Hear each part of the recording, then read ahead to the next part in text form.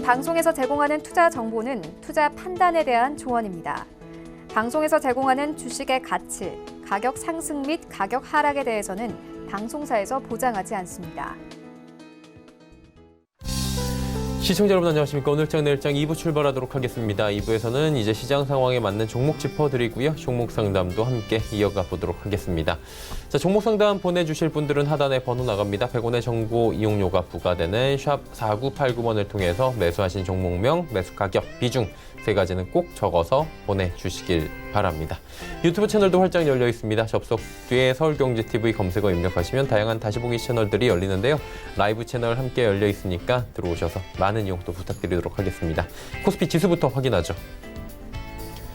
자, 지수가 2047.56포인트에 거래가 됩니다. 1.3%가 빠지는데 일단 2050선도 지금 무너져 있는 상황입니다. 많이 빠지네요. 하루간의 흐름을 좀 정리해 보도록 하면 2063부터 2045까지 오늘 빠졌고요. 지금도 장중 저점 부근에서 움직이고 있습니다. 수급 주체 확인해 볼까요?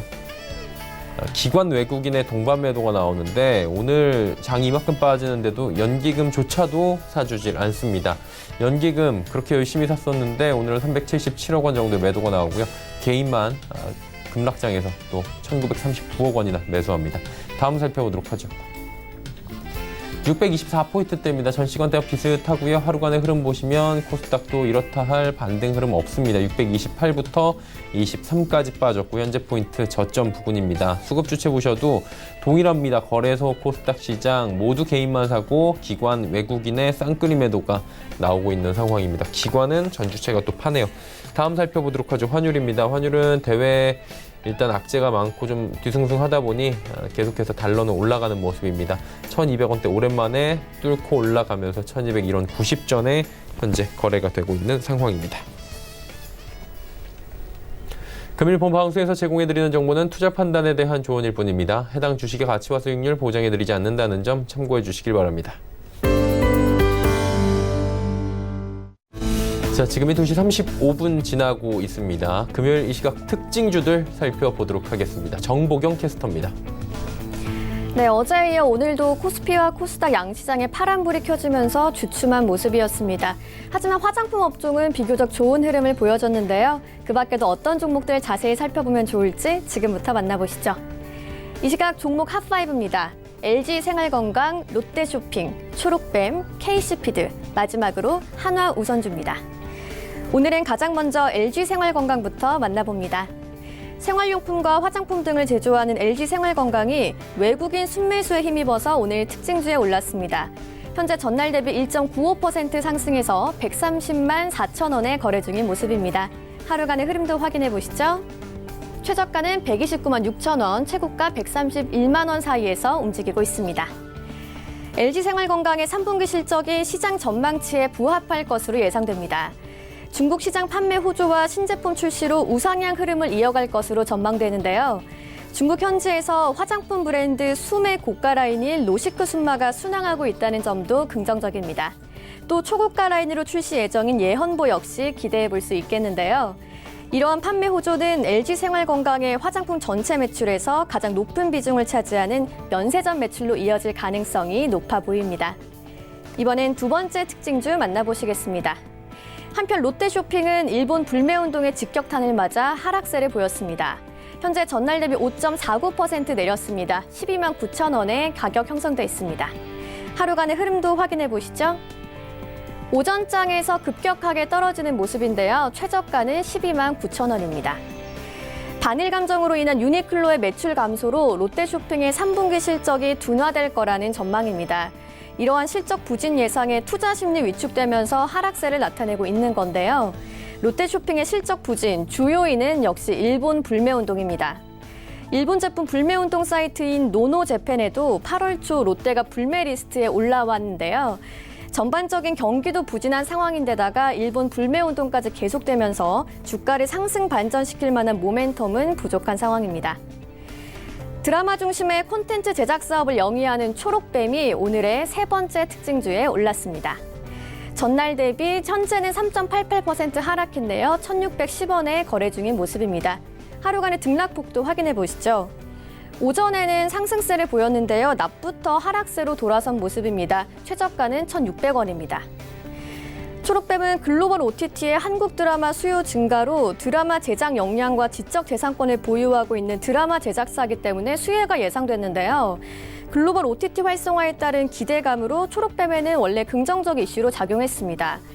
특히 빅히트 엔터테인먼트와 방탄소년단 드라마를 사전 제작하고 직접 투자할 것으로 알려지면서 기대감이 있는 상황인데요.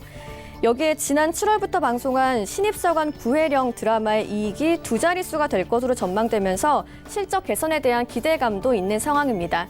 초록뱀이 오늘 상승분을 지켜내지 못한 만큼 앞으로 주가 변동이 어떻게 될지 조금 더 지켜봐야겠습니다. 다음으로 만나보실 종목은 돼지열병 관련주입니다. 돼지열병 확산이 계속되면서 오늘은 배합 사료를 판매하는 KC피드가 특징주에 올랐습니다.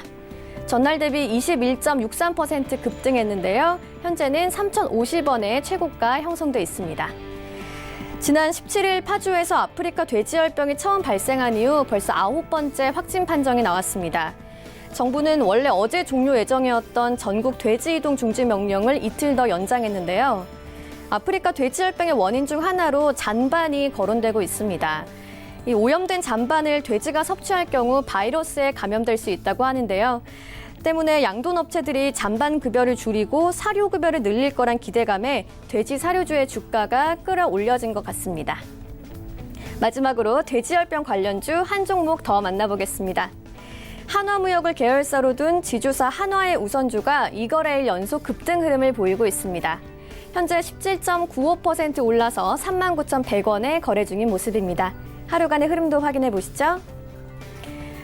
최저가는 34,500원, 최고가는 46,650원 사이에서 움직이고 있습니다.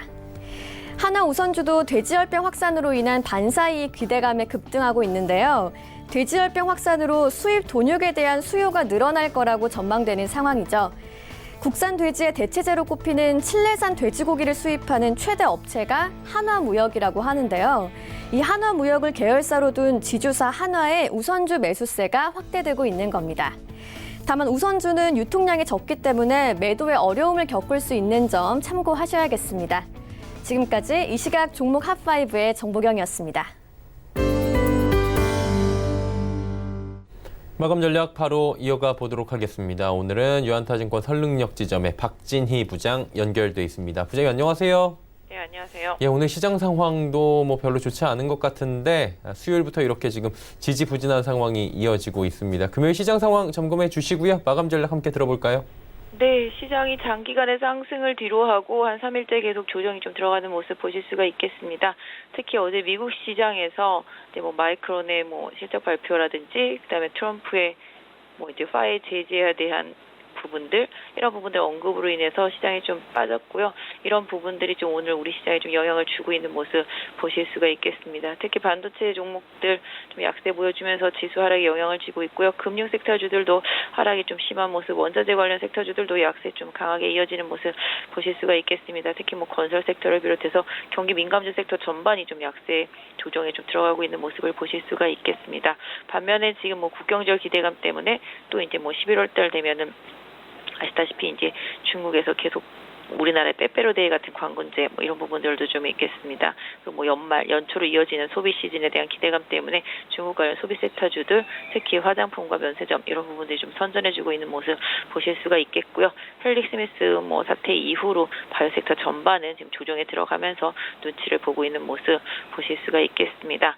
일단 단기적으로는 지수가 지금 2050선 정도 지지선인데요. 살짝 깨져 있는 상태라고 보시면 되겠습니다. 종가가 2050대 나올지 아닌지 좀 봐야 되겠습니다만은 최대한 지수 하락폭을 열어둔다고 해도 한 2230 정도가 되지 않을까 싶고요. 오늘 2050선 정도 지지하고 마무리가 된다라면은 다음 주 중으로 2080대 회복하는지를 좀 확인하시는 대응 좀 필요하지 않나 싶고요. 단기적으로는 기술적으로 상당히 좀 많이 올랐기 때문에 일정 부분 좀 되돌림을 주는 조정폭이 종목별로 좀 순환적으로 좀 나타나지 않을까 싶습니다. 2시 42분 지나고 있고요. 오늘 이제 장마감 50분도 남지 않았는데 남은 시간 동안에 어떤 종목 보는 게 좋을까요? 네, 사실 뭐 아침 일찍 제가 방송을 했더라면, 뭐 어제 했더라면은 제가 뭐 신세계 인터 같은 화장품 종목이라든지 아모레퍼시픽 같은 납품과대 종목 좀 들었을 수 있을 것 같은데요. 뭐 지난주에도 KG 인시스 한 번 더 봐드렸었는데 이 종목도 지금 바닥에 있어서 흐름 다시 한번 봐주시면 좋을 것 같고요. 상대적으로 좀 바닥권에 있는 면세점 쪽으로 골라봤습니다. 그래도 뭐 워낙 바닥에 있고 못 올랐기 때문에 면세점. 사실 지금의 조정은 IT주들한테 기회라고 생각을 하고 있습니다. 개인적으로는 좀 PCB 업체들 같은 경우 좀 대덕전자 같은 그런 종목들 좀 챙겨서 좀 보셨으면 좋겠는데요. 일단은 뭐 IT 섹터주들은 뭐 나름대로 다들 좀 잘 하고 계시는 분들 좀 많겠지만 IT 섹터주들 계속적으로 좀 장비 부품 소재 섹터주들 좀 봐주시면 좋겠고요.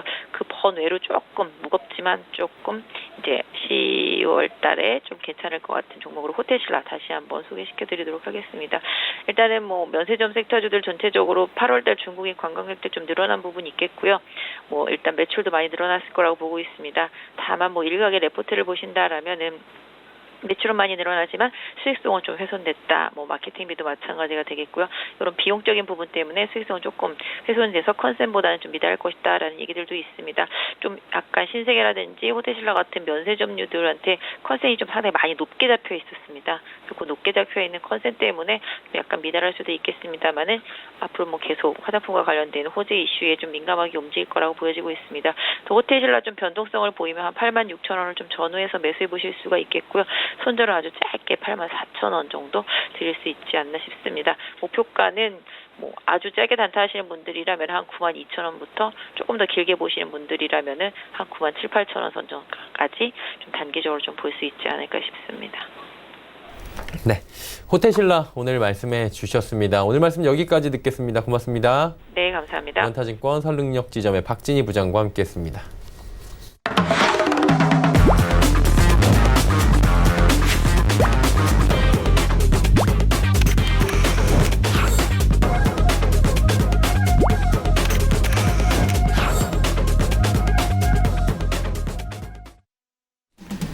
오늘 시장 내일장 2부 함께하고 계십니다. 이제 두 분의 전문가와 함께 시장 상황에 맞는 종목 짚어드리고요. 상담까지 이어가는 시간 함께하도록 하겠습니다. 오늘은 샘플러스의 이가람 전문위원, 마태투자그룹의 주마태 대표와 함께합니다. 어서 오세요. 안녕하세요. 안녕하세요. 네. 시장 상황을 잠깐 뭐 한번 브리핑을 하고 들어가도 괜찮을 것 같은데 이 위원님이 좀 해주시겠습니까?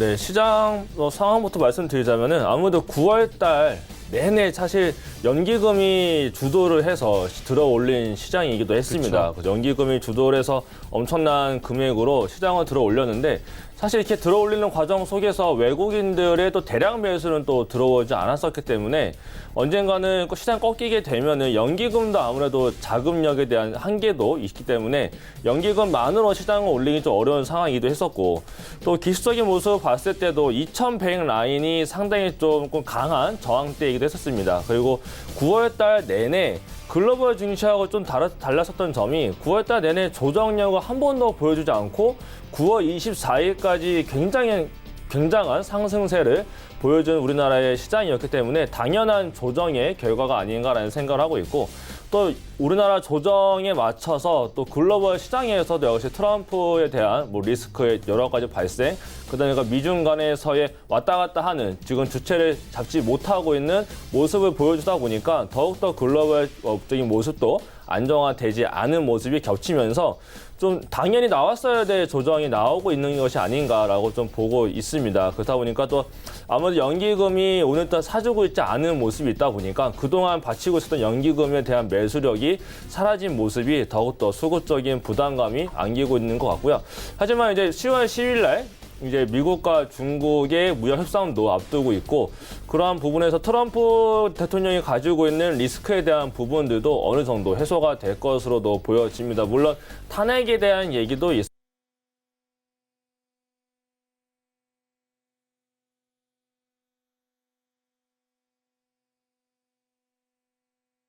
이긴 합니다만 어느 정도 좀 해소가 되려고 하고 있는 부분이고 미중 무역 분쟁과 또 북미 회담을 통해서 트럼프는 아무래도 이러한 부분에서 조금 더 자기한테 유리한 쪽으로 풀어나가지 않을까. 그렇다면 다시 우리나라 증시도 좀 좋게 올라가지 않을까 싶고 사실 우리나라 증시는 오늘 하락은 좀 마이크론의 영향이 좀 있기도 했습니다. 그렇기 때문에 마이크론에서의 점유율의 하락 이러한 부분은 반대로 우리나라한테는 뭐 기회일 수도 있기 때문에 이번 시장에서 조정을 잘 이용을 해서 IT 반도체 섹터를 조금 전망성 있는 성장성 있는 종목을 조금 좋은 자리를 기다렸다가 매수를 다음 주나 다다음 주에 본다라고 하게 되면은 조금 더 좋은 대응법도 될 수 있지 않을까 정도까지 말씀을 드리도록 하겠습니다. 네, 알겠습니다. 시장 상황 짚어주셨고요. 이제 종목 바로 이야기 나눠보도록 하겠습니다.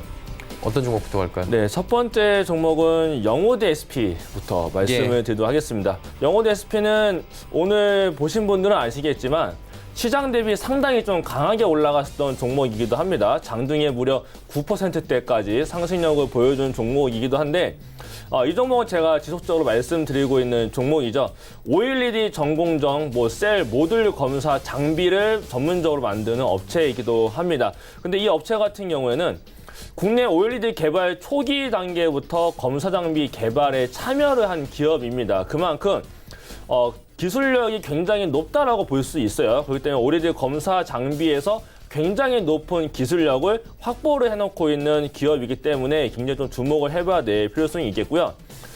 사실 디스플레이 업체 쪽은 상당히 많은 기업이 존재를 합니다. 하지만 이쪽 패널 제조업체 쪽 같은 경우는 정보 보안의 이유 때문에 특정 장비에 대해서는 소수의 벤더한테만 좀 유지를 하는 정책을 좀 취하고 있다 보니까 한 기업에서의 과점 형태를 보이고 있는 게 이쪽 장비 시장이기도 합니다. 그렇다 보니까 신규 장비 제조 업체들로부터는 좀 제조 구입을 꺼리는 클로징 마켓이기 때문에 신규 기업에 대한 진입 장벽이 매우 높은 시장이 되겠습니다.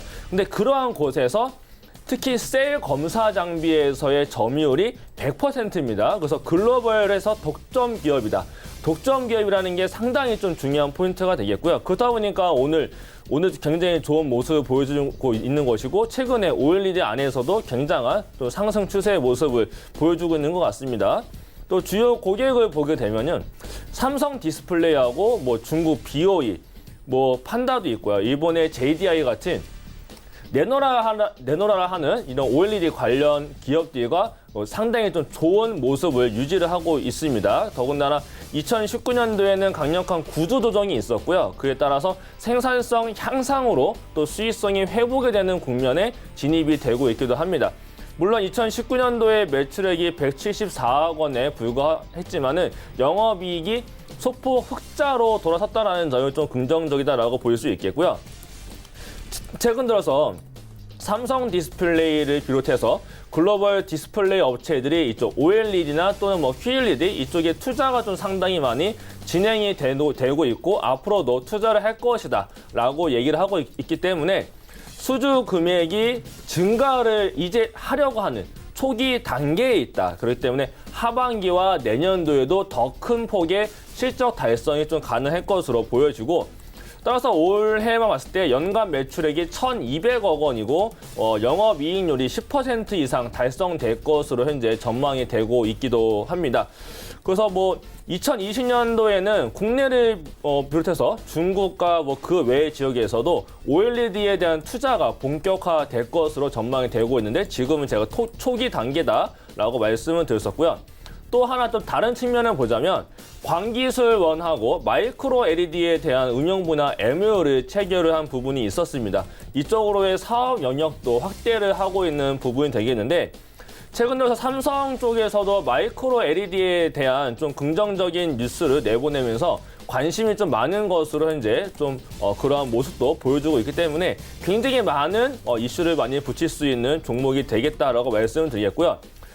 수급 동향을 보게 되면은 최근 들어서 기관에서의 매수세가 상당히 좀 좋게 들어오고 있는 부분도 있습니다. 사모펀드하고 투신 쪽에서의 매수가 상당히 잘 들어오고 있고 차트를 본다 했을 때 굉장히 좀 좋은 추세 상승으로의 모습을 보여주고 있다는 것은 차트를 보시는 분들 다 아실 겁니다. 근데 이 차트를 길게 보게 되면은 엄청난 과대 낙폭 이후에 이제서야 올라오려고 하는 바닥에서 올라오는 모습을 조금씩 보여주고 있을 뿐 아직 굉장한 큰 상승세는 나타나지 않았다라고 보는 게 맞을 것 같고요. 최근 들어서는 이제 구조조정도 완료가 되고 있는 상황이고 이익에 대한 개선, 또 글로벌 기업들의 OLED 투자에 따라서 이 검사 장비가 굉장히 많이 필요로 하고 필수적으로 들어가야 되는 제품이기 때문에 영호대 SP는 지금의 주가가 상당히 바닥권에 있다라고 볼 수 있겠습니다. 그래서 이 종목은 뭐 가격과 상관없이 잡아도 되지 않을까. 장기적으로 본다면은 지금의 단가는 큰 의미가 없을 것으로도 보여질 정도로 굉장히 좀 전망이 좋겠다라고 말씀을 드리겠고요. 지금 이미 5% 이상 상승력을 보여주고 있습니다. 하지만 제가 지난번부터 목표를 단기적으로 봤을 때 목표가를 제가 2,000원이다 라고 말씀을 드리고 있기 때문에 지금 자리도 부담이 없겠다라고 말씀드리겠고요. 손절가는 제가 지난번보다 올려서 손절가를 안정적으로 1,500원을 말씀드리도록 하겠습니다. 자, 두 번째 종목은 유신이 되겠습니다. 유신 많은 분들이 이제 좀 아실 만한 종목이 되겠는데 좀 대표적이다라고 볼 수 있는 철도 관련주입니다. 자, 유신은 일단 도로공학, 철도구조, 도시계획, 감리와 또 기타 설계 사업을 하고 있는 건설업체가 되겠고요. 지난해 상장사 중에서 유일하게 남북철도연결 공동조사단에 참여를 했었습니다. 그러한 이력으로 지속적인 연속적인 상한가를 기록을 했었던 굉장히 좀 끼가 있고 강한 종목이 되겠는데 이 종목은 아무래도 2000년대 김대중 정부 시절에 경의선의 문산과 장단간 철도 복구 설계와 또 감리 수의 계약을 수행을 했었던 경험이 있기 때문에 더욱더 주목을 받은 부분이 되겠고요. 최근에 인천광역시하고 발주한 게 있습니다. 영종에서 신도까지 평화도로 건설 기본 계획을 수주한 부분이 있는데 이거는 앞으로 이제 개성공단까지 이어지는 프로젝트의 1단계가 됩니다. 이러한 부분을 수주를 했기 때문에 앞으로의 기대감, 남북 간의 평화적인 부분의 핵이 더 해결되든지 또는 미국과 북한 간에서의 어떤 해결적인 모습이 조금만 보여준다라고 하게 되면은 더욱더 주목을 받을 수 있는 기업이 되겠고요. 또 트럼프가 얼마 전에 G7 프랑스 회담 때 말한 부분이 있었습니다. 북한에는 엄청난 잠재력이 있는데 더욱더 또 특히 또 철도에 주목을 해봐야 될 필요가 있겠다라고 트럼프 대통령 자체도 철도에 대한 부분을 언급한 게 있고 오늘 나온 뉴스를 보게 되면은 리커창 부총리가 지난해 문재인 대통령한테 단둥에서부터 서울까지 고속철도를 깔자라고 제안을 했었다라는 뉴스까지 나온 부분이 있습니다. 그렇다 보니까 요 남북철도 사업이 진행이 됐을 경우에 첫 번째로 사업을 따고 수주를 얻을 수 있는 기업으로 크게 지금 주목받을 수 있는 기업이 유신이다라고 지금 시장에서 많이 전망이 되고 있습니다. 그렇다 보니까 굉장히 좀 전망이 좋게 올라가고 있지 않나라고 모습을 보여주고 오늘 또 나온 뉴스를 보게 되면요. 이제 김정은 국무위원장이 부산에 방문할 가능성이 있다라는 뉴스까지도 점심시간에 나타났습니다. 그러면서 오늘 사실 이 마이너스권에 있던 종목이었는데 오늘 장중에 플러스로 전환되면서 무려 6%까지 올라갔었던 종목인데 사실 이 아래에서의 지지 차트가 굉장히 좋게 형성이 되고 있는 부분도 있습니다. 그래서 굉장히 좋은 포인트에 있지 않나라고 생각을 해볼 수 있겠고요. 단기적인 목표가는 3만 원, 손절가는 22,500원을 말씀드리도록 하겠습니다. 세 번째 종목은 연우를 말씀드리도록 하겠습니다. 연우는 사실 작년에 좀 굉장히 크게 올라갔었던 종목 중에 하나이기도 한데요. 연우는 이제 다들 아시겠지만은 화장품 용기를 만드는 업체가 되겠습니다. 화장품 용기하고 디스펜스 제조와 또 판매를 주 사업으로 하고 있는 업체가 되겠는데 주요 고객사로는 아모레퍼시픽과 LG 생활건강과 같은 굉장히 좀 다양한 주요 고객사를 가지고 있는데 3분기 매출액에 대한 전망치가 나타났습니다. 3분기에 대한 매출액 전망이 730억 원으로 매출액은 7% 증가, 영업이익은 55억 원으로 전년 분기 대비했을 때 236%나 증가를 할 것으로 전망이 나타나고 있습니다. 그렇다 보니까 오늘 또 굉장히 많은 이슈가 겹치면서 상승력을 보여주고 있는 것 같고요. 이렇게 매출이 좋을 것으로 전망되고 있는 이유는 물류 자동화 시스템의 안정화와 생산 인력 운용에 대한 효율화로 고정비에 대한 부담이 지속적으로 감소가 될 것이다. 더군다나 또 안정적인 국내외 수주에 대한 부분이 있기 때문에 더욱더 이러한 매출에 대한 부분이 증가가 될 것이다 라고 좀 전망이 되고 있는 부분이 있겠고요. 또 최근 들어서 보게 되면은 친환경 용기 개발에 돌입을 한 부분이 있습니다. 그렇다 보니까 제품의 믹스가 확장될 것으로도 예상이 되고 있고, 현재 중국의 제조법인에서 로컬 대형 고객사인 프로야의 화장품 용기를 생산도 하고 있고, 그러다 보니까 또 글로벌 고객사들을 대상으로 해서 생활용품에 대한 용기 테스트도 지금 생산에 들어간 모습이 있습니다.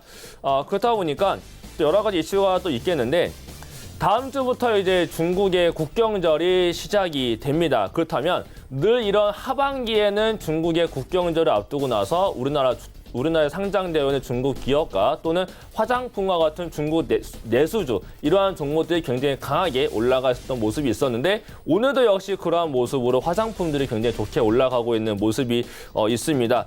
자, 또 하나 볼게. 또 중국과 이제 미국의 무역 협상이 10월 10일 날 이제 확정이 되면서 진행이 될 것으로 얘기도 나타나고 있고, 그러다 보니까 최근 들어서 외국인들이 또 꾸준하게 매수를 보여주고 있는 게 연우가 되겠습니다. 아무래도 다른 화장품들은 브랜드에 대한 리스크가 있는데, 연우 같은 경우는 브랜드보다 화장품 용기이기 때문에 화장품이 많이 팔린다라고 하게 되면은 그만큼 용기가 많이 팔리는 거기 때문에 실적에 대한 부분을 더욱더 기대를 해볼 수 있겠고, 그만큼 리스크가 적은 사업을 하고 있는 게 연우가 되겠습니다. 차트를 보게 되면은 이제는 하락을 어느 정도 멈추지 않았나라고 생각이 들고요. 지난번 상승을 나타냈었던 2만 원짜리에서 반등력을 꾸준하게 보여주고 있고, 지금 구름대 안에 들어와서 현재 오늘 상승력을 보여주고 있는데, 이제 국경절에서의 한국으로 들어오는 중국인들의 방문객 수를 더불어서 이제 뭐 실적에 대한 부분까지 이슈를 얻는다라고 하게 되면은 다시 한 번 더 구름대를 돌파를 해서 위로도 상승력을 보여줄 가능성이 있겠다. 특히 화장품 쪽에서는 연우는 조금 더 주목을 해봐야 될 필요성이 있겠고요. 단기적으로 목표가는 26,200원, 손절가는 22,000원을 말씀드리도록 하겠습니다. 네, 연우까지 세 종목에 대한 이야기 들어봤습니다. 이제 슈마트 대표 바로 연결합니다. 대표님, 어떤 종목부터 들어볼까요? 네, 다음 주 상승이 기대되는 세 종목을 가져왔는데요. 첫 번째 종목은 JC케미칼이 되겠습니다. JC케미칼은 바이오 디젤, 바이오 종유 제조 사업을 영위하는 회사로 신재생 에너지 기업이라고 할 수 있겠죠. 바이오 종유는 이제 미세먼지 배출을 크게 줄일 수 있어서 전국 화력발전소에 보급되고 있는데, 대표적인 미세먼지 배출원 중 하나로 꼽히는 화력발전소에서 나오는 미세먼지가 줄어들 것으로 예상이 됩니다. 산업자원부는 발전용 바이오 중류의 새로운 품질 기준을 고시하고 전국의 발전소에서 이를 활용할 수 있도록 전면 보급할 계획이라고 밝혔는데요. 국내 바이오 중류 연간 생산량은 200만 리터 수준이지만 그동안 화력발전소 5기에서만 바이오 중류를 사용할 수 있다는 규제에 막혀서 연간 소비량은 50만 리터에 그쳤었습니다. 바이오 중류는 동물성 기름과 폐식용유 등을 원료로 생산해 친환경 원료로 분류가 되죠. 환경오염 주범으로 꼽히는 음식점, 폐기름 등을 재활용해 만드는 데 가장 큰 장점은 원료를 정제해 만드는 기존 종류에 비교해서 미세먼지와 유해물질 배출이 줄어 바이오 디젤과 함께 차세대 에너지로 주목받고 있다는 것입니다. 동사의 사업은 친환경이라는 시대적 흐름과 정부의 정책과 맞닿아 있으므로 매출 증대는 필연적으로 따라오는 것이라 전망을 합니다. 최근 3년간 매출은 2배로 증가했는데, 이 시대적 흐름에 따른 친환경 바이오 중류 수요가 늘어남에 따라서 증가세는 더해갈 것으로 전망합니다.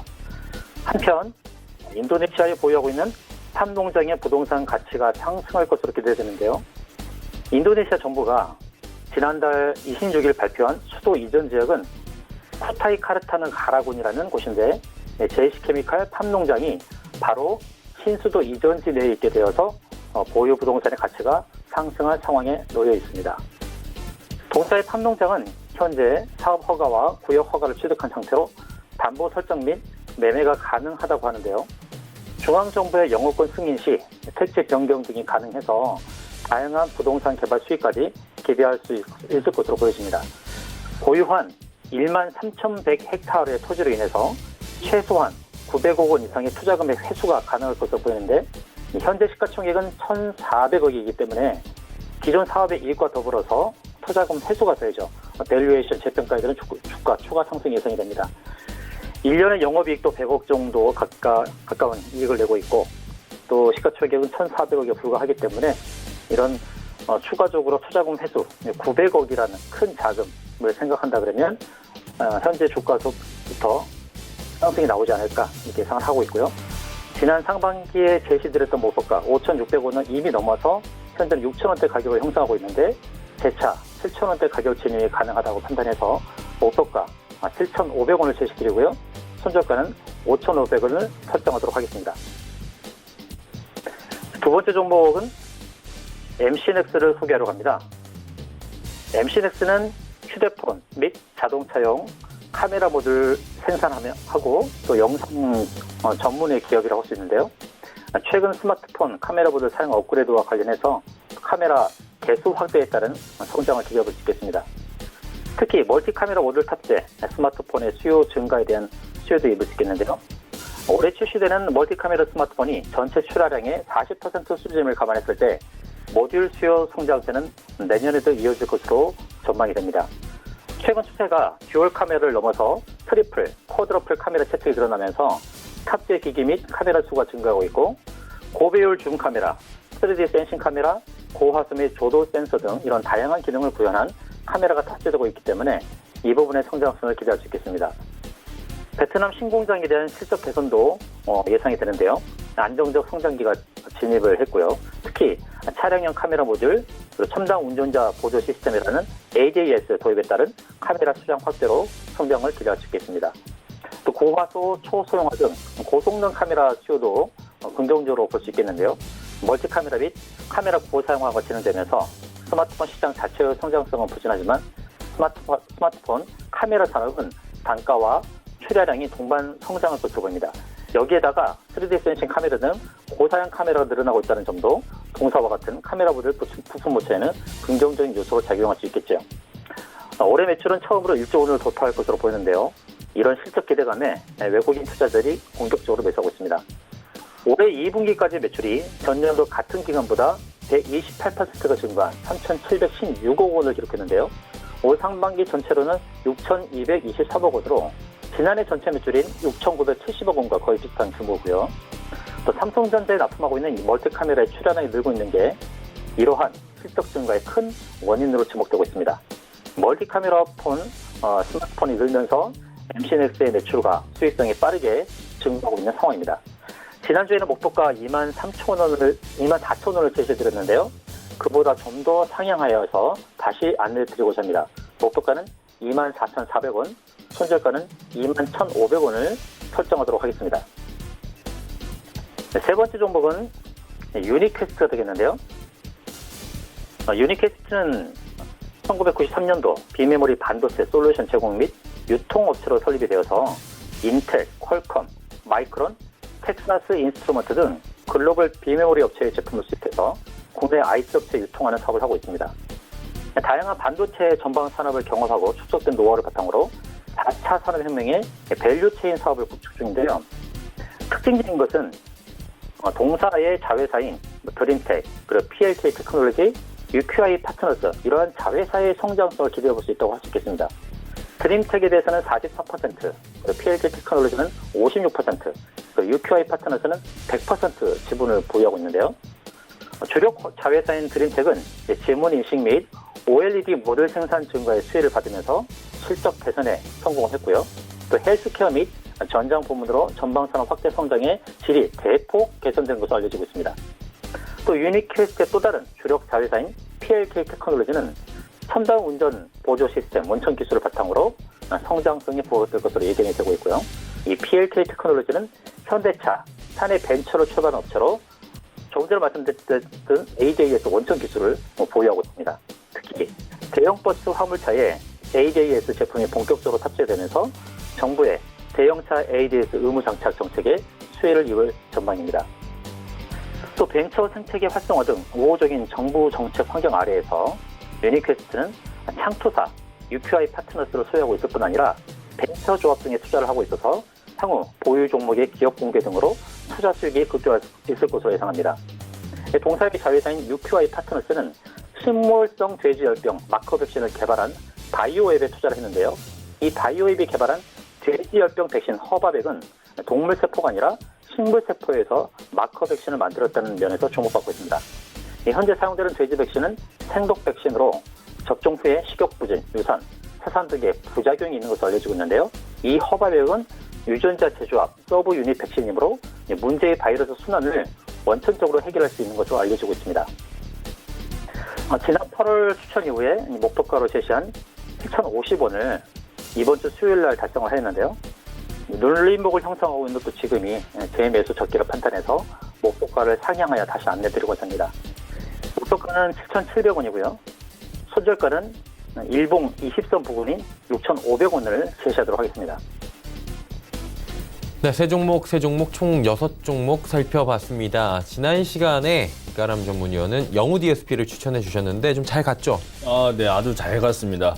영우 DSP 제가 월요일 날 다시 한 번 더 말씀드린 종목이 되겠는데 월요일 날 기준으로 놓고 봤을 때도 오늘 최고가 기준으로 봤을 때 13%나 상승을 보여줬습니다. 오늘 우리나라 시장 이번 주를 보게 되면은 오늘까지 3거래일째 하락을 보여주고 있는데 영우 DSP는 지금 이틀 연속 상승세를 보여주고 특히 오늘은 더 장중에는 9% 이상 상승력을 굉장히 좋게 보여주고 있습니다. 아무래도 요 세검사 장비가 글로벌 독점이다라는 거를 이제 조금 시장에서도 알아주고 있는 부분이 아닌가라는 생각이 들고 있고요. 또 OLED 관련 쪽에서 지속적으로 투자 얘기가 많이 나타나고 있고 또 삼성 쪽에서 또 QLED 관련되어 있는 종목들이 굉장히 또 크게 올라갔습니다. 그에 따라서 또 같이 올라간 부분이 있기 때문에 이러한 종목들은 굉장히 좀 장기적으로 놓고 봤을 때도 굉장히 좋을 것이다 라고 생각이 들고요. 보유하신 분들은 제가 아까 말씀드린 단기적인 목표가 2,000원까지 보유하시면 될 것 같다라고 말씀드리도록 하겠습니다. 오늘은 어떤 종목이 괜찮아요? 오늘은 제가 이제 북한과 관련된 경협주입니다. 유신을 말씀드리도록 하겠습니다. 아무래도 트럼프 대통령 같은 경우에는 이제 개인적인 리스크가 좀 발생이 된 부분이 있습니다. 이러한 부분을 눈길을 좀 돌리기 위해서라도 중국과도 어느 정도 좀 해결을 최대한 보려고 할 것이고요. 그렇다면 자연스럽게 북한과도 만남이 추진이 될 것입니다. 오늘 뉴스에서는 북한과의 실무 협상에 대한 정확한 명칭이 아직은 날짜도 안 나왔고 그러한 모습이 없습니다만은 주말 동안 또 뉴스를 통해서 북미 회담에 대한 실무 협상에 대한 얘기까지도 나타날 수 있는 기대감을 또 가지고 있기 때문에 특히 또 철도 관련주들은 또 미국의 입장에서도 개성공단이나 금광산 같은 경우는 사실 현금이 북한으로 들어가야 되는 거기 때문에 대북 제재를 풀어주는 거에 있어서 부담감을 가질 수 있겠습니다만 철도 현대화 같은 경우는 미국이 돈을 들이는 게 아니고 단지 우리나라가 아마 좀 많은 돈을 들여서 현대화를 시키지 않을까. 그렇다면 미국은 어떠한 리스크 없이 생색을 크게 내면서 할 수 있는 게 미국의 입장이 될 수도 있기 때문에 특히 북미 관련 쪽에서 경협주에서는 좀 철도들을 좀 유심 있게 봐야 되지 않을까 싶어서 유신 종목을 단기 접근 종목으로 말씀드리도록 하겠습니다. 네. 유신에 대해서 이번 주는 단기 접근해보자라고 말씀해 주셨습니다. 주마태 대표 연결합니다. 위지윅 스튜디오 지난 시간에 말씀해 주셨는데 흐름 어땠습니까? 네, 위지윅 스튜디오 지난주 금요일 날 종가 대비해서 9%까지 상승이 나왔다가 지금은 5% 상승에 머무르고 있는 상황인데요. 주가의 흐름을 보시게 되면 18,000원 이상까지의 상승 무난하게 나올 수 있다 이렇게 말씀드릴 수 있겠습니다. 동사와 관련해서 지난번에도 말씀드렸듯이 CG라든지 비주얼 이펙트 기술 기반의 서비스를 제공하고 있는데 동사가 이제 상반기도 실적이 잘 나왔을 뿐만 아니라 하반기 실적도 괜찮은 것으로 전망하고 있습니다. 올해 영업이익이 100억 이상 예상이 되고 있고요. 앞으로 영화라든지 드라마에 쓰여지는 컴퓨터 그래픽, 그리고 비주얼 이펙트 이 기술을 기반으로 한 사업 영역이 확장될 것으로 전망이 되고 있기 때문에 18,000원 이상까지의 그 목표가를 기대하시고 대응하셔도 좋겠습니다. 위지윅 스튜디오 말씀해 주셨고요. 그렇다면 오늘은 어떤 종목을 좀 저희가 보는 게 좋을까요? 오늘은 이제 JC케미칼을 추천드리고 싶은데요. JC케미칼은 앞서 설명을 드렸습니다만 동사의 영업 실적 이외에 부동산 보유 가치에 대한 그러한 그 투자금 회수에 대한 기대감이 있습니다. JC케미칼이 이 회사가 그런 부동산 가치가 상승할 거라고 예상했다고 장담을 하지 않습니다. 왜냐하면 인도네시아 수도가 이전될 것을 사전에 다 알았을 것이라고 생각은 하지 않습니다. 그냥 얻어 걸린 거죠. 예를 들어 돼지열병이 우리나라 확산될 것이라고 감안해서 미리 돼지열병 수혜주를 산 게 아니라 그냥 돼지열병과 관련해서 다른 관련해서 사료라든지 또는 돼지고기 관련된 또는 닭고기 관련된 이런 수입육 관련된 종목을 샀다가 돼지열병이 발병해가지고 종목이 확 올랐던 그런 것처럼 JC케미칼도 바로 그런 것이 아닌가. 그냥 농장을 보유하고 있는데 보유하고 있는 농장 근처로 이제 수도가 이전되어 버리는 거죠. 그렇게 해서 부동산 보유 가치가 확 올라버린 겁니다. 자그마치 900억입니다. 900억. 근데 JC케미칼을 보시게 되면 그런 부동산 가치의 상승과 상관없이 갔던 주가의 고가가 8,300원대입니다. 8,300원대인데 제가 볼 때 이러한 추가 가치 상승, 보유 부동산 가치 상승으로 인한 900억의 그런 횟수를 기대한다 그러면 고가인 8,300원을 넘어서지 않을까라고 예상합니다. 오늘은 겸손하게 그냥 7,500원 선만 제시를 해드렸는데 현재가는 6,400원인데요. 7,500원을 넘어서 8,300원도 갈 수 있는 종목이다라고 안내드릴 수 있겠습니다. JC케미칼까지 이야기 나눠봤습니다. 특징주 바로 살펴봅니다. 오늘 한 주를 마무리하는 금요일인데 어떤 종목이 특징적으로 들어오십니까? 네, 오늘은 좀 윙이푸드를 조금 관심 있게 지켜봤습니다. 윙이푸드뿐만 아니라 지금 우리나라에 상장되어 있는 중국 관련 기업들이 굉장히 좀 좋게 상승력을 보여준 부분이 있는데 이러한 이슈 같은 경우는 아무래도 미중무역협상이 10월 10일 날 개최를 한다라고 장중에 속보가 나타나면서 우리나라에 상장되어 있는 중국 기업들이 또 굉장히 좋게 올라간 부분이 있겠는데 특히 윙이푸드 같은 경우에는 그러한 이슈와 더불어서 또 아프리카 돼지 열병에 대한 수혜주이기도 합니다. 왜냐하면 기업의 내용이 또 소세지를 만드는 등과 같은 또 육가공 업체이고 가공 업체이기 때문에 그에 따른 또 수혜주로도 나타나고 있는 종목이라서 같이 올라간 부분이 아닌가라고 생각이 들고요. 사실 돼지 열병 관련 종목들은 순환매가 좀 돌고 있는 부분도 있습니다. 오늘도 사료주가 많이 올라갔지만 다시 한 번 더 이런 가공식품들 이러한 부분은 돼지열병에 대한 백신이 완전히 개발되기 전까지는 확산에 대한 부분도 생각을 해봐야 되는 부분도 있기 때문에 그러한 부분 놓고 봤을 때 윙이푸드도 사실 단기적으로 접근도 가능하지 않을까.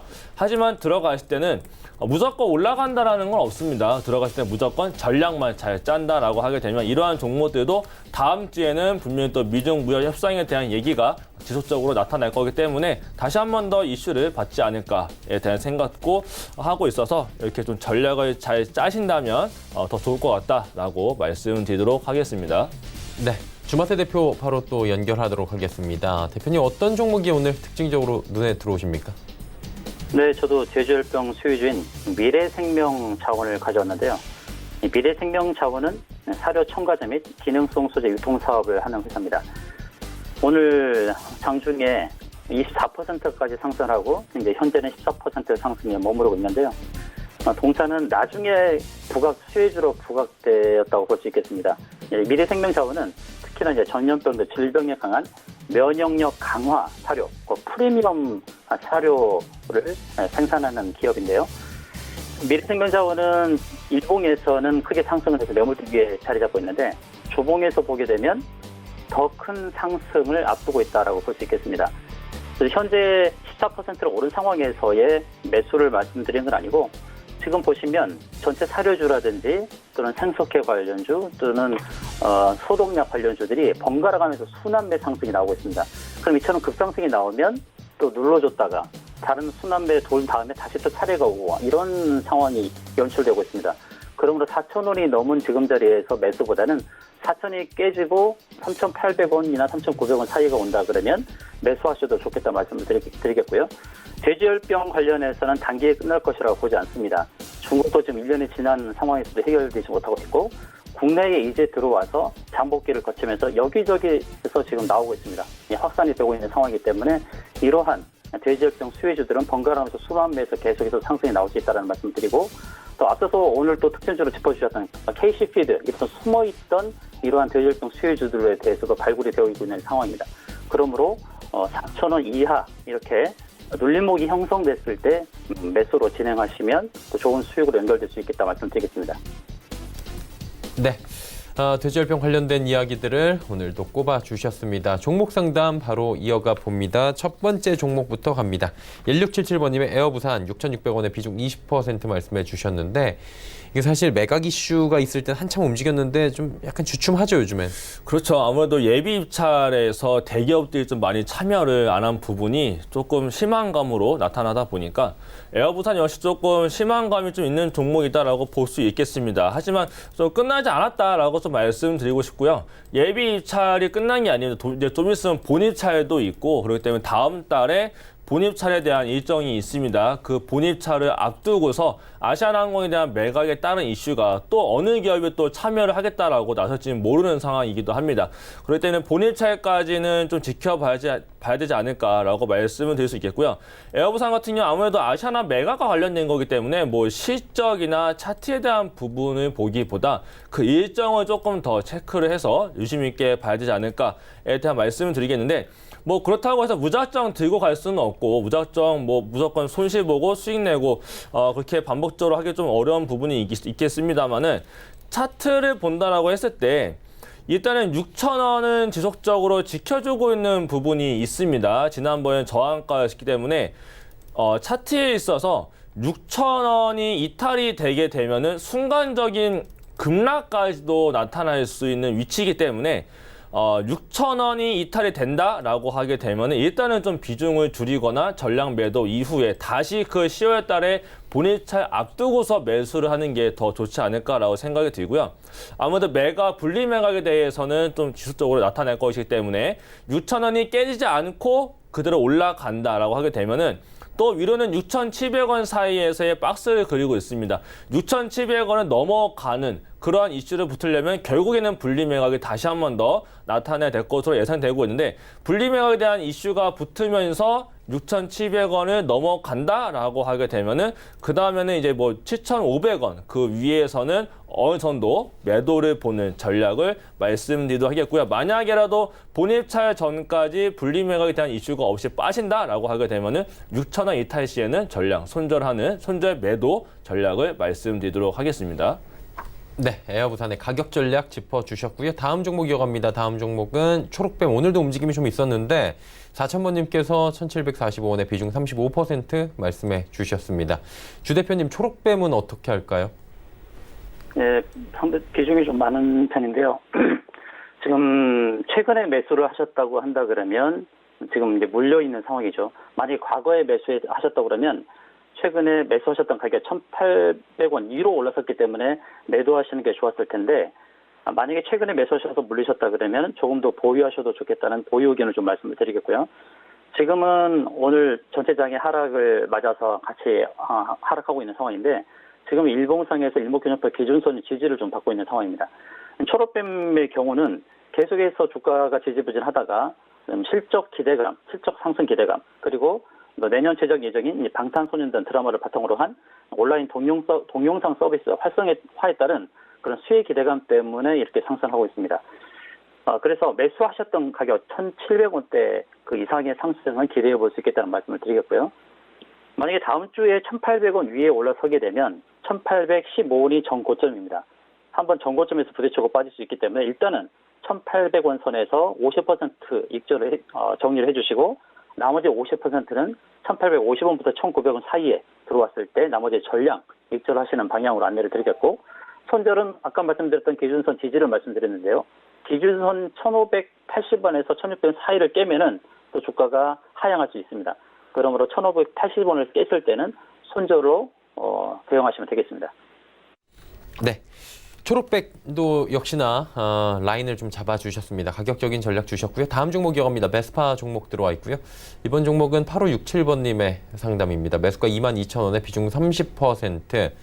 이 종목은 어떻게 할까요? 게임주인데요. 사실 저는 좀 게임주 좀 좋게 보는 입장은 사실 아니고 사실 좀 굉장히 흐름이 느리기 때문에 저는 사실 안 보는 종목 중에 하나인데 일단은 베스파는 19,500원이 이탈되는 순간부터 좀 하락으로 진행이 될 것이다라는 게 다 예상이 되고 있었던 종목이었습니다. 근데 19,500원이 이탈될 때 사실 관리를 했어야 맞는 거였는데 관리를 하지 않고 끌고 왔기 때문에 더욱더 손실이 커지고 있는 상황이다라고 말씀을 드리겠고요. 이러한 종목은 일단 베스파 같은 경우는 하반기에 대한 기대감이 좀 있다라고 전망이 나타나고 있기는 합니다. 더불어서 또 위즈위 스튜디오하고 협업을 하고 있는 부분이 있는데 나중에 이 종목이 저가에서 반등이 올라갈 때는 분명히 뉴스가 위즈위 스튜디오와 협업에 대한 부각이 됐다라면서 올라갈 겁니다. 근데 이렇게 역배열에 있는 상황에서 올라오게 되면은 크게 올라가기보다 올라왔을 때 지속적으로 이런 식으로 조정을 받게 됩니다. 그렇기 때문에 일단은 바로 손절 라인을 정해서 보기에는 아래 라인이 딱히 없어 보이기 때문에 지금 자리에서의 손절 또는 대응을 하기보다 올라왔을 때 대략 한 17,000원짜리, 17,000원짜리에 올라오게 되면은 매수가를 기다리기보다 17,000원 안에서는 비중을 한 50%나 또는 3분의 1 정도라도 분할 매도를 일단 해놓고 나서 리스크 관리를 하면서 올라오게 될 경우에는 또 18,000원과 19,000원짜리 세 번에 나눠서 올라오게 되면 매수가까지 기다리기보다는 분할로서 손절 매도를 하는 전략이 가장 좋을 것 같다라고 말씀드리도록 하겠습니다. 네, 베스파 이어지는 종목 이어갑니다. 제넥신 들어와 있고요. 제넥신 4,000원에 매수 74,000원입니다. 매수가가 지금 잘못됐는데 제넥신은 4,000원에 사셨으면 뭐 어마어마하게 잘 사신 거죠. 7961번님께서 주신 가격이고요. 74,000원 매수입니다. 그리고 지금 현재 가격 51,300원인데 주 대표님 어떻게 할까요? 네, 74,000원에 매수하셨으면 보유 기간이 한 4개월 정도 되는 것으로 예상이 됩니다. 지속적으로 바이오 섹터에 문제가 생기면서 4만 원대까지 하락이 나왔고 지금 하단 지지선에 지금 머무르고 있습니다. 만약에 전 저점인 46,400원을 깨버리게 되면 위험할 수도 있겠으나 그러나 지금 5만 1,000원대의 바닥권에서 지지를 받고 있는 상황입니다. 계속해서 신라젠이라든지 HLB 또는 헬릭스미스 등의 그런 대형 바이오 업체들의 문제가 생기면서 동사도 영향을 받긴 받았습니다. 동사는 항암 면역 치료제에 좋은 기술을 갖고 있는 회사이죠. 지금 현재는 하단에서 지금 지지력을 테스트하고 있는 상황입니다. 지금 단계에서의 손절은 의미가 없고 아까 말씀드렸던 전저점이 46,400원을 깨면 또 추가 하락 레벨 다운이 되기 때문에 그 자리를 기억하시면서 대응하시면 되겠고요. 지금 하단 지지선을 받고 상승 가능성이 있는 자리라고 말씀드리겠습니다. 그러나 단기적으로 봤을 때는 상승의 최고 목표치는 한 62,000원대가 되겠습니다. 62,000원대. 또 62,000원대 갔다가 또 하락했다가 재차 상승할 수 있으므로 만약에 매수 가격을 감안을 했을 때에 수익 실현을 하겠다. 그렇다고 한다면 지금에서는 이제 적극적으로 추가 매수를 하셔서 62,000원의 전량 정리하는 방향으로 안내를 드리도록 하겠습니다. 네, 제넥신까지 이야기 나눠봤습니다. 자, 종목 상담까지 해봤고요. 두 분은 이쯤에서 보내드리도록 하겠습니다. 샘플러스 이가람 전문위원, 마테투자그룹의 주마태 대표와 함께했습니다. 고맙습니다. 감사합니다. 고맙습니다. 네, 금요일 시장 이제 거의 다 끝나가고 있는데요. 마감 5분도 남지 않았습니다. 코스피부터 정리해보도록 하죠. 지수가 2050선은 그래도 회복을 합니다. 2052.66포인트에 거래가 되고 있고요. 1.05% 하락합니다. 하루간의 흐름 정리를 해보도록 하죠. 장 초반까지만 해도 좀 눈치를 보는가 했는데 쭉 빠집니다. 그리고 한 2시 30분경에 2040포인트대에서 계속해서 움직이다가 2040포인트대는 그래도 좀 벗어나는 분위기입니다. 2050 지금 2포인트대, 53포인트대 왔다 갔다 하고 있는 상황이고요. 일단은 코스피가 조정을 좀 강하게 세게 받고 있는 상황입니다. 수급 주체도 확인해 보도록 하죠. 자, 수급 보시면 개인이 1991억 원을 삽니다. 기관, 외국인 파는데 외국인의 매도 물량이 좀 줄어들긴 했네요. 556억 원, 기관이 1,439억 원, 1,440억 원대를 지금 팔고 있는데 금융투자, 투신, 연기금 할 것 없이 전 주체가 조금씩 지금 매도 포지션을 잡고 있고 최근 시장에서 뭐 사실 거의 매도가 없었고 어마어마한 물량을 샀던 연기금마저도 오늘 시장에서는 소폭 매도를 보이고 있기 때문에 시장에서는 지금 지수를 받쳐줄 주체가 없는 겁니다. 그러다 보니 개인이 1,991억 원을 사도 사실 역부족이죠. 1%가 넘게 자연스럽게 빠져내려가고 있는 상황입니다. 다음 살펴보도록 하죠. 오늘 SK하이닉스나 삼성전자 반도체 업종들은 전체적으로 좀 어렵습니다. 1.42, 2.28% 빠지고요. 현대차는 오히려 올라갑니다. 500원 상승하면서 13만 3,500원대에 거래가 되고 있습니다. 네이버가 16만 원을 못 넘네요. 15만 6천 원대에 마감이 예상되고요. 6위부터 12종목들 살펴봅니다. 현대모비스, 셀트리온, LG화학, 삼성바이오로직스 모두 다 빠집니다. 특히나 삼성바이오로직스가 많이 빠지고요. LG화학은 30만 2천 원, 전저점 부근까지 오늘 30만 1천 원대까지 LG화학도 내려갔는데 주가의 흐름이 최근 들어서 좋지 못한 상황입니다. LG생활건강은 여러 가지 호재로 인해서 올라가고 있고요. 130만 원대까지 회복을 해냅니다. 다음 살펴볼까요? 코스닥 시장은 627까지 올라옵니다. 낙폭 많이 줄였네요. 0.2%대까지 낙폭 줄여나가고 있는데 하루간의 흐름 그래프를 통해서 마지막으로 정리합니다. 628부터 623까지 빠졌다가 한 3시 이후부터는 쭉 올라옵니다. 3시 이후부터는 천천히 올라오는 게 아니라 급하게 좀 올라와 주면서 627포인트대까지 4포인트 정도를 순식간에 지금 만회를 하는 상황입니다. 수급 주체 확인해 보도록 하죠. 기관의 매도 물량이 확 줄었습니다. 70억 원대까지 줄었는데 누가 사나 봤더니 금융투자 쪽에서 44억 원 그리고 연기금이 32억 원이나 사줍니다. 일단 팔고 있던 주체들이 매수에 들어왔기 때문에 저점을 좀 탈피를 할 수 있었고요.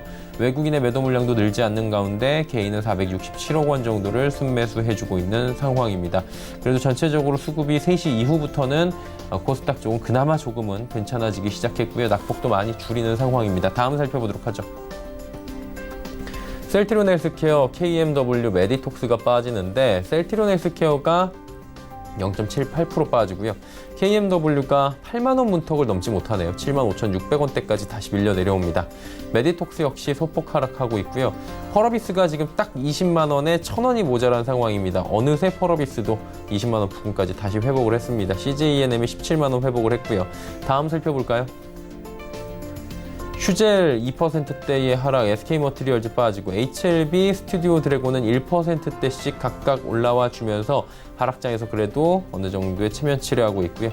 파라다이스가 현재 보합권 수준입니다. 정리하자면 많이 빠진 종목들 조금씩 올라오는 모습들도 보이지만 전체적으로 아직까지 코스닥의 투심은 회복이 되지 않고 있는 상황입니다.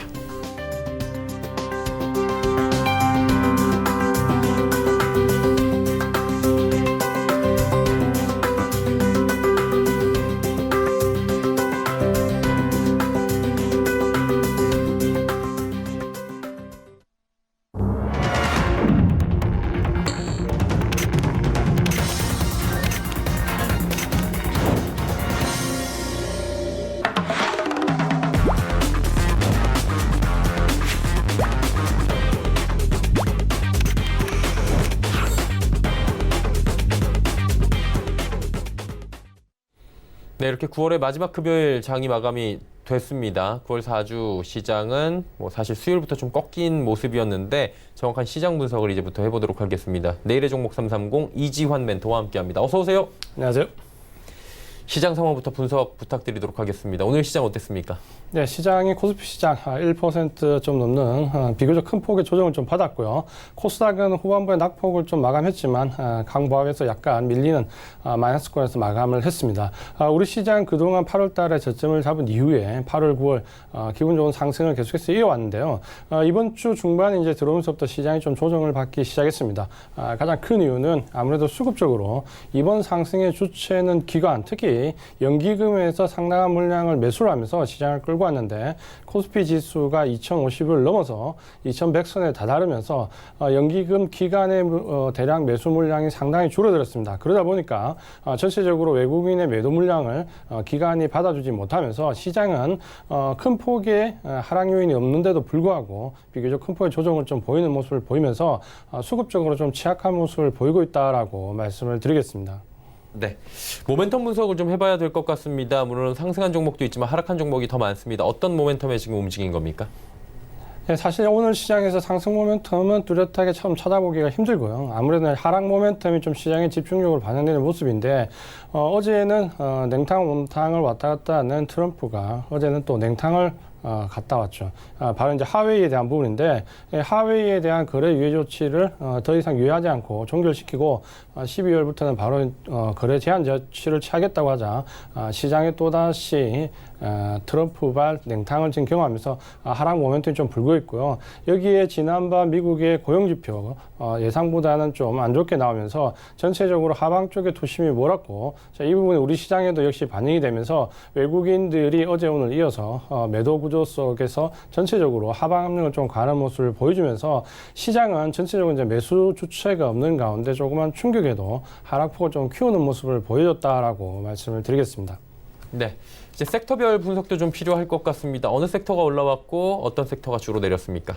사실 뭐 오늘 뚜렷하게 강하게 상승한 섹터는 없다고 좀 보여지고요. 하락 섹터가 그동안 계속해서 하방을 좀 지속하면서 조금 강보합권에서 좀 머물러지는 모습을 좀 보여주었고 반면에 이제 은행 섹터가 상당히 큰 폭으로 하락을 기록했습니다. 3% 넘는 급락을 좀 보여줬는데 전체적으로 주도업종 주도 섹터가 아니면서 낙폭 가대에 따른 반등을 이뤄왔던 업종 섹터들이 최근 이번 주에 들어오면서부터 낙폭을 상당히 키우는 모습을 보여주고 있습니다. 항상 이 시간을 통해서 강조를 드렸는데 주도 섹터가 아닌 섹터들의 상승은 이번 주를 고비로 어느 정도 마감이 되고 조정권에 들어갈 것이다라는 부분을 말씀을 드렸는데 역시 은행권이 오늘 3% 넘는 급락을 보이면서 강한 조정의 모습을 좀 보여줬고요.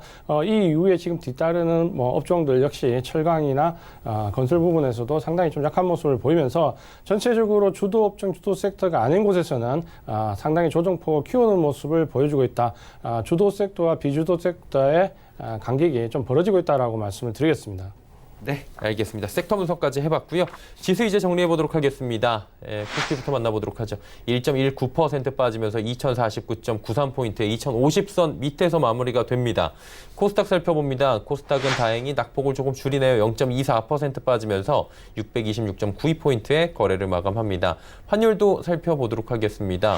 자, 원달러 환율은 1원 10전 올라가면서 1199원 90전에 1200원에서 살짝 이탈이 되는 모습입니다. 일단은 어느 정도의 당국의 개입이 있었던 걸로 오늘도 분석이 되고 있습니다. 자, 이제 내일의 종목 330 이어가 보도록 하겠습니다. 종목 주제들 살펴보도록 하겠습니다. 예, 코스피 2100포인트 투자 전략이라고 주제를 주셨는데 2100선 사실 얼마 전에 간만 봤다고 표현을 하면 너무 노골적으로 말씀드리는 것 같긴 한데 2100선 그냥 간만 보고 진짜 내려온 것 같아요. 투자 전략 어떻게 가져가는 게 좋습니까? 네, 사실 아마 이번 주에 좀 가장 의아하게 생각하시는 부분 중에 하나가 기간, 특히 연기금이 그동안 8월 이후에 상당히 주체적으로 시장을 많이 끌어올렸는데 이번 주에 들어서 갑자기 매수 물량이 줄고 오늘 같은 경우는 매도로 좀 전환되는 모습을 보였느냐라는 부분을 보면 사실 이 코스피 지수로 2100선에 다다르면 상당히 밸류에이션 부담감이 올 수밖에 없다라는 부분을 먼저 말씀 좀 드리고요. 그 부분은 어제도 좀 말씀을 드렸지만 코스피 지수가 2050을 넘어서 2100에 육박하게 되면 전체적인 시장 PER이 한 10.7배 정도 육박하게 됩니다.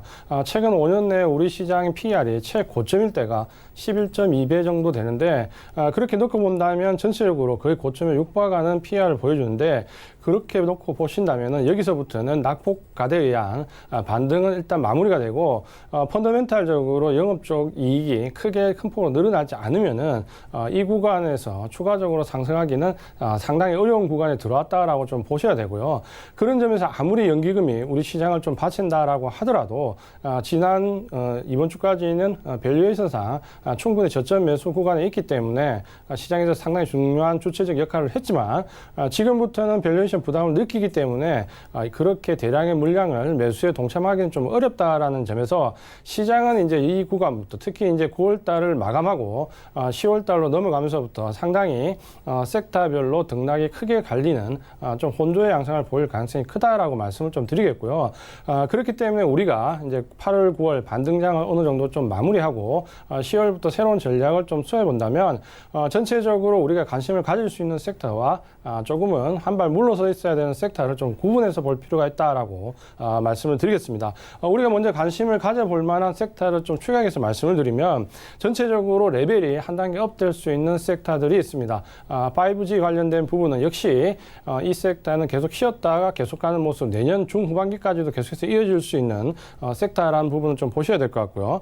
얼마 전에 말씀드렸던 방산산업, 자 여기도 정부 정책의 수출 관련된 수요와 함께 전체적으로 국방비가 하력 증강 쪽으로 상당히 집중되고 있기 때문에 증가된 국방비 혜택을 좀 받을 수 있다라는 점에서 방산산업도 상당히 유망하다. 여기에 정부 정책 수요와 OTT 시장의 확대로 최근에 큰 주목을 받았다가 다시 냉탕온탕을 왔다 갔다 하고 있는 콘텐츠 업종도 분명히 올 하반기 내년 총괄까지는 충분히 관심을 가지고 지켜볼 수 있는 섹터라고 말씀을 좀 드리겠고요.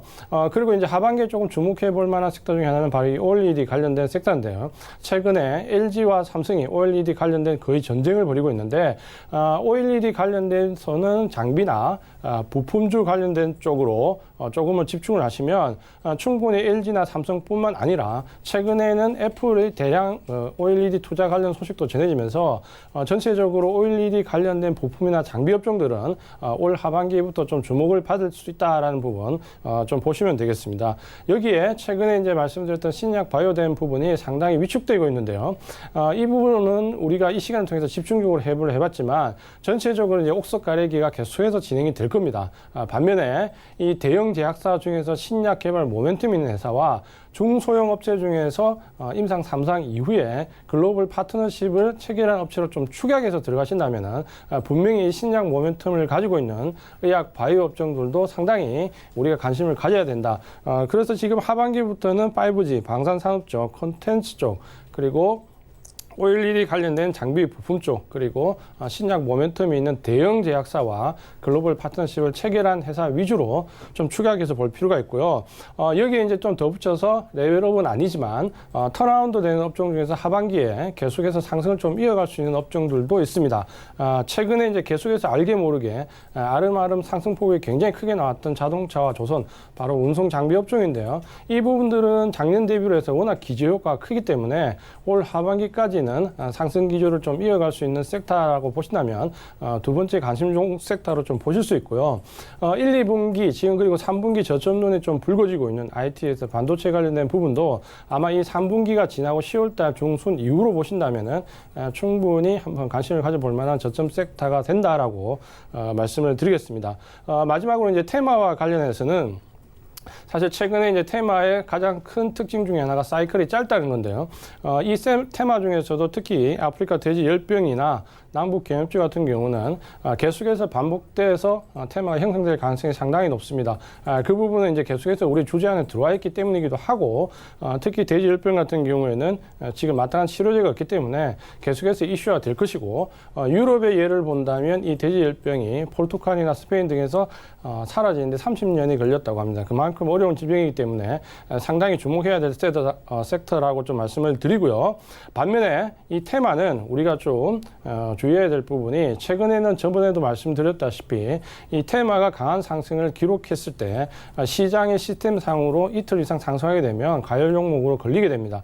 그렇기 때문에 항상 테마는 2, 3일 상승 이후에 또다시 조정을 받고 또다시 상승하는 모습을 보여주기 때문에 이 짧은 사이클에 반드시 적응해서 좀 진입하는 모습이 필요하다라고 말씀을 드리겠습니다. 오늘 9월을 마지막 8, 9월 반등 좀 마무리하면서 전체적으로 말씀드릴 수 있는 우리가 관심을 가져볼 만한 섹터, 축약해서 좀 접근하는 부분이 필요하다라고 말씀을 드리겠습니다. 네.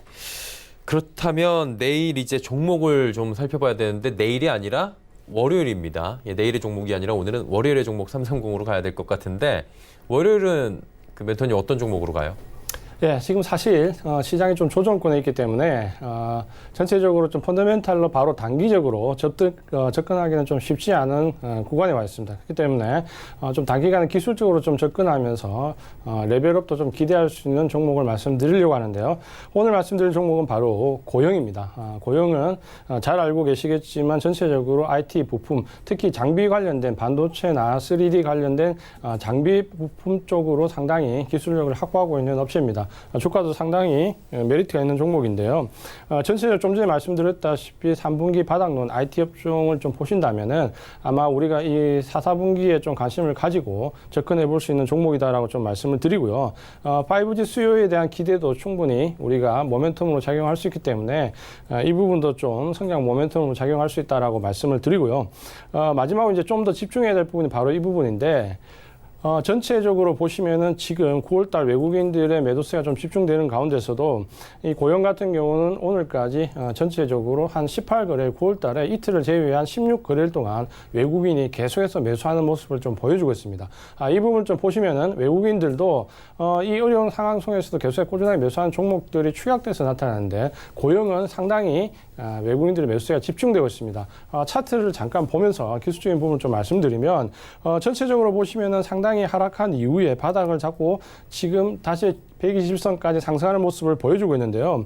이 바닥권에서 상당히 거래량이 크게 폭발하면서 상당히 많은 매집을 좀 보여주고 있다라고 좀 보시면 될 것 같습니다. 이 매집 구간에서 전체적으로 우상향한 이후에 우리가 위쪽에서 좀 주목해야 될 부분이 좀 전에 말씀드린 대로 바로 이 부분인데요.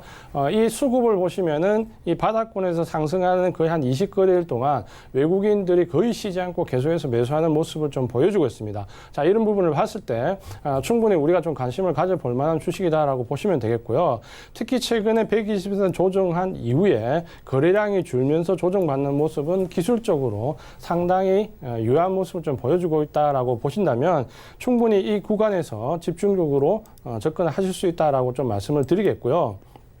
우리가 나머지 이제 기술적인 부분 외에 펀더멘탈적인 부분을 좀 보면은 지금 현재 매출액 관련된 부분에서는 전체적으로 2,300억대에서 정체가 되어 있지만 지금 현재 이 IT 바닥론이 들어와 있는 이 구간에서 대부분의 IT 관련된 종목들이 영업적으로 마이너스를 겪고 있는 구간인데, 이 고용 같은 경우는 바닥론에서 매출액이나 영업이익을 그대로 유지하고 있다라는 부분에서 4, 4분기에 턴아웃 됐을 때 우리가 충분히 좀 기대감을 키울 수 있다라는 점에서 IT 3분기 바닥론 이후에 우리가 어떤 종목에 접근을 할 것이냐라고 봤을 때 충분히 지금 현재 우리가 관심을 가져볼 만한 종목이다라고 말씀을 드리겠습니다. 항상 제가 이 시간에 내일의 종목에 대해서 말씀을 좀 드리는데요. 이 시간은 항상 장을 마감한 이후에 말씀을 드리기 때문에 혹시 장전에 이 종목에 대해서 미리 좀 알고 싶다거나 혹은 가격적인 부분 대응과 관련해서 기술적인 부분을 좀 알고 싶으시다면 카카오톡에서 내일의 종목 330으로 들어오시면 좀 더 자세한 분석을 미리 들으실 수가 있습니다. 네, 알겠습니다. 자, 내일의 종목 330 이지환 멘토와 이야기 나눠봤고요. 카카오톡 채팅방도 많은 이용 부탁드리도록 하겠습니다. 이쯤에서 보내드리도록 하겠습니다. 고맙습니다. 고맙습니다.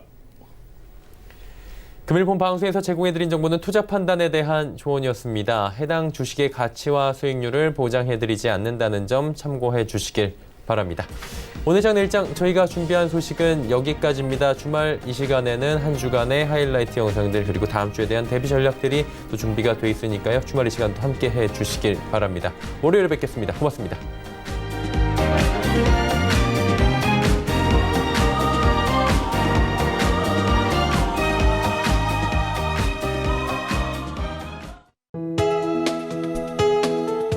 방송에서 제공하는 투자 정보는 투자 판단에 대한 조언입니다.